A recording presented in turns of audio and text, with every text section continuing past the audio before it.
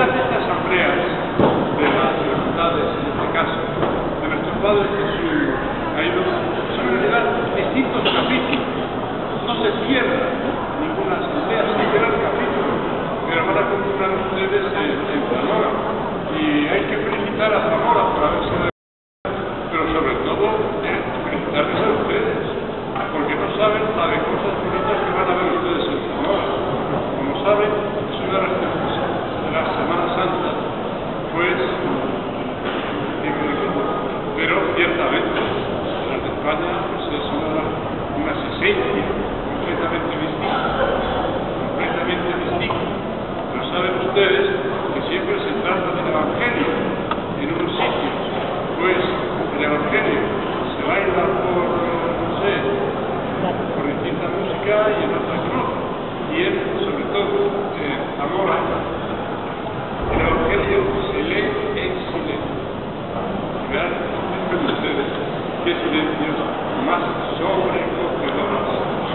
Así que enhorabuena a ustedes por esta asamblea, enhorabuena de miel, porque sí que lo han preparado todo con gran entusiasmo a los ponentes. Y muchas gracias por invitarme una vez más a de miel. Le he dicho al alcalde que ya me puedo decir, y así ya, y que el Señor les bendiga y se premien, y vamos a hacer la oración. Padre Jesús, caído por nuestros pecados y levantado del sepulcro para nuestra salvación, te damos gracias por habernos convocado y redimido aquí estos días en la iglesia, porque todo lo que hemos oído y visto es palabra tuya que has puesto en los labios de las personas que tu nombre nos representan.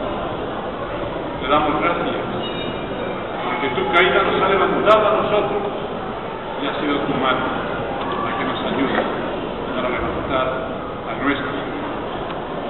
Todo, Señor, la alabanza tuya en el nombre del Padre y del Hijo y del Espíritu Santo. Dirán ustedes que por qué tantas alabanzas al amor, porque fue el primer destino que tuve como fraile franciscano. Me mandaron provisionalmente por 2 meses y estuve 4. Los envíos provisionales, ya saben ustedes, profesor. No me atreví a decir que es la mejor de Castilla y León, porque ustedes no han visitado a mi mujer todavía.